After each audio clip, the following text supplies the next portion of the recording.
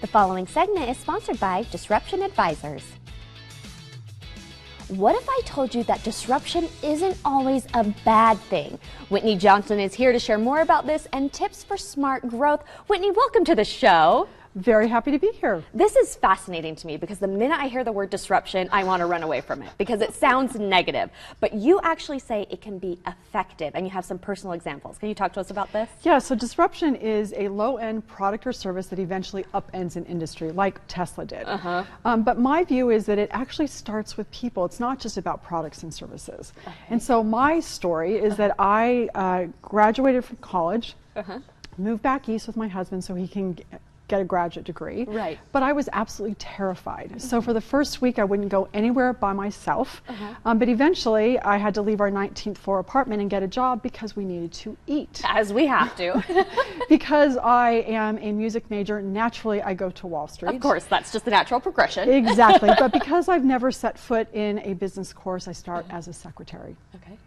It was an exciting time to be on Wall Street. So I started taking finance, economics at night. I had a boss who believed in me, which allowed me to move from being a secretary to a banker.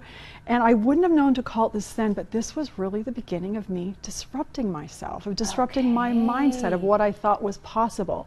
Because for me, disruption really is a process of deliberate self-innovation. And if you bring it back to the companies like Tesla, it's not the companies that disrupt, it's the people who do. Absolutely. I love that. That is so fascinating to me. You also you talk about something called the S-curve. What is that? I do. Well, we all want to change, but change is actually scary. Yes, I would say it is. Very much so. So at Disruption Advisors, we've come up with a very simple visual. It's called the S-curve, and it helps you understand what growth looks and, more importantly, what it feels like. Okay. So whenever you start something new, you're at the launch point. Okay. And growth is happening quickly, but it's not apparent, so it feels slow. It feels like a slog, which is why it's hard to start something Absolutely. new. I can 100% relate. Okay. But then you move into the sweet spot where growth is not only fast, it feels fast. And then you get to mastery, where you've done what you came to do.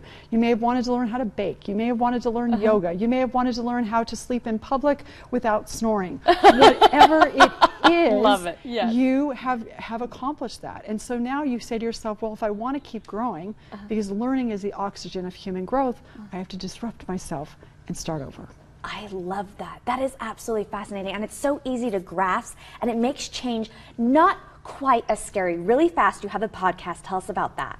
Yes, so it's called the Disrupt Yourself Podcast, and it is just a joy to interview, as you probably know. And we've had some wonderful Utah luminaries, people like Gail Miller, the philanthropist, Davis Smith from Cotopaxi, Danny Ainge at Utah Jazz. Love it. And they're always stories of people disrupting themselves or helping us figure out how to disrupt ourselves. How inspiring. Where can we go for more information? You can go to our website. It's called thedisruptionadvisors.com. Easy enough. Whitney, thank you so much for being in today. I've loved chatting with you. Thank you for having me.